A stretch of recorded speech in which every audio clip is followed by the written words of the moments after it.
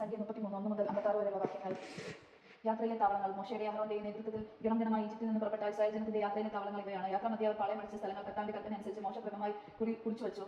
1-ാം മാസം 15-ാം ദിവസം അവർ റബ്മേസിൽ നിന്ന് യാത്ര പുറപ്പെട്ടു. പെസഹയുടെ പിറ്റേ നാളാണ് ഇസ്രായേൽ ജനം ഈജിപ്തുകാർ കാണുക കർത്താവിന്റെ ശക്തമായ സംരക്ഷണത്തിൽ പുറപ്പെട്ടത്. അപ്പോൾ ഈജിപ്തുകാർ കർത്താവിന് സംഗ്രഹിച്ച തങ്ങളുടെ കടിഞ്ഞൂൽ സന്താനങ്ങളെ സംസ്കരിക്കുകയായിരുന്നു. അവരുടെ ദേവന്മാരെയും കർത്താവ് ശിക്ഷിച്ചു. ഇസ്രായേൽ ജനം റംസേലിൽ നിന്ന് പുറപ്പെട്ടു. സുക്കോത്തിൽ പാളയമടിച്ചു. അവിടെ നിന്ന് മരുഭൂമിയുടെ അതിർത്തിയിലേക്കുള്ള എത്താമിലെത്തി. പാളയമടിച്ച് എത്താമിൽ നിന്ന് ബാൽസെഫോനും കിഴക്കുള്ള പിഹഹിറോത്തിനും നേരെ യാത്ര ചെയ്ത് മിഗ്ദോലിന് മുൻപിൽ പാളയമടിച്ചു. അവിടെ നിന്ന് കടലിന് നടുവിലൂടെ യാത്ര ചെയ്തു മരുഭൂമിയിലെത്തി.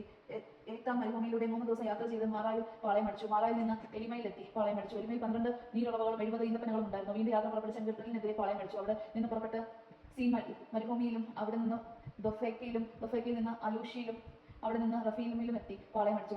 റഫീദീമിൽ അവർക്ക് കുടിക്കാൻ വെള്ളമില്ലായിരുന്നു. റഫീദീമിൽ നിന്ന് പുറപ്പെട്ട സീനായ് മരുഭൂമിയിലും അവിടെ നിന്ന് കിബ്രോത്താവിയിലും അവിടെ നിന്ന് ഹസേറോത്തിൽ നിന്ന് റിത്മാലിയിലും എത്തി പാളയമടിച്ചു. റിത്മായിൽ നിന്ന് പുറപ്പെട്ട് റിമോൺ പേരസിലും അവിടെ നിന്ന് ലിബ്നയിൽ നിന്ന് റിസായിലും പാളയമടിച്ചു. അവിടെ നിന്ന് ഗുഹാത്തയിലും എത്തി പാളയമടിച്ചു. ഗുഹാത്തയിൽ നിന്ന് പുറപ്പെട്ട് ഷെഫേർ മലയിലും അവിടെ നിന്ന് ഹരാദിയിൽ നിന്ന് മക്ഷയത്തിലും അവിടെ നിന്ന് തഹത്തിലും എത്തി പാളയമടിച്ചു. തഹത്തിൽ നിന്ന് പുറപ്പെട്ട് തിരഹിലും പാളയമടിച്ചു. അവിടെ നിന്ന് മിക്കായിൽ നിന്ന് ഹഷ്മൈനാവിലും അവിടെ നിന്ന് മെസോറത്തിലും എത്തി പാളയമടിച്ചു. മെസോറത്തിൽ നിന്ന് പുറപ്പെട്ട് ബനോയോയിലും അവിടെ നിന്ന് ദിഗാദിയിലും അവിടെ നിന്ന് യോദ്ബാത്തിയിൽ നിന്ന് അബ്രാനയിലും എത്തി പാളയമടിച്ചു. അബ്രാനയിൽ നിന്ന്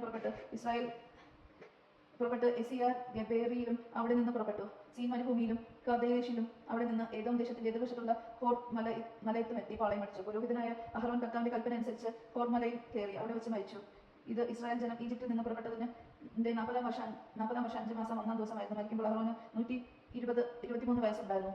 കാനാൻ ദേശത്ത് നിഗബിൽ പാർത്തിരുന്ന കാനാന്യനായ ആദാര് രാജാവ് ഇസ്രായേൽ ജനം വരുന്നതറിഞ്ഞു. ഇസ്രായേലിയർ ഹോർമ മലയിൽ നിന്ന് പുറപ്പെട്ട് സൽമോനായിലും അവിടെ നിന്ന് പുനോനോയിലും അവിടെ നിന്ന് ഒബോത്തിൽ നിന്ന് മൊവാബിന്റെ അതിർത്തിയുള്ള യോഅമബറാമിലും എത്തി പാളയമടിച്ചു. അവിടെ നിന്ന് പുറപ്പെട്ട ദിബോൻ ഗോദിലും അവിടെ നിന്ന് അൽമോൺ ദിബ്ലാത്തിയാമിലും അവിടെ നിന്ന് അബാറിം മലകളിലും നൊബോബിനും കിഴക്ക് വശത്തും എത്തി പാളയമടിച്ചു. അവിടെ നിന്ന് പുറപ്പെട്ട് ജെറിക്കോയുടെ എതിർവശത്ത് ജോർദാൻ അരികെയുള്ള മെവാബ് സമതലത്തിൽ പാളയമടിച്ചു. ആ പാളയം ബെത്ലേഷിനാഥ് മുതൽ ആബേൽ ഷത്തീം വരെ വ്യാപരിച്ചിരുന്നു. ജെറിക്കോയുടെ എതിർവശത്ത് ജോർദാൻ തീരത്തെ മെവാബ് സമതലത്തിൽ വെച്ച് കർത്താവ് മോശയോട് അരുളി ചെയ്തു, ജോർദാൻ കടക്കാൻ കാനാൻ ദേശത്ത് പ്രവേശിക്കുമ്പോൾ തദ്ദേശവാസികളെ ഓടിച്ചു കളഞ്ഞ് അവരുടെ ശിലാവിഗ്രഹങ്ങളും ലോഹ പ്രതിമകളും തകർക്കുക, പൂജാഗിരികൾ നശിപ്പിക്കുകയും വേണമെന്ന് ഇസ്രായേൽ ജനത്തോട് പറയുക.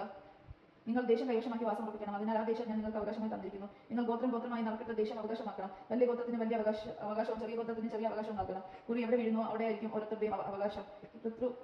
ഗോത്രം അനുസരിച്ചാണ് നിങ്ങൾ ദേശം അവകാശമാക്കേണ്ടത്. എന്നാൽ തദ്ദേശവാസികളെയും ഓടിച്ചു കളയുകയായിരുന്നതിനാൽ അവശേഷിക്കുന്നവർ കണ്ണിൽ മുള്ളുള്ള പോലെയും പാർശ്വങ്ങളിൽ മുൾച്ചെടിയുള്ള പോലെയും നിങ്ങളെ ഉപദ്രവിക്കും. ഞാൻ അവരോട് ചെയ്യുമെന്ന് വിചാരിച്ചാൽ നിങ്ങളോടും ചെയ്യും. ദൈവജനമാണ് നമുക്ക് ദൈവത്തെ സ്തുതിക്കാം. ക്രിസ്ത്യാനിക്ക് സ്തുതി.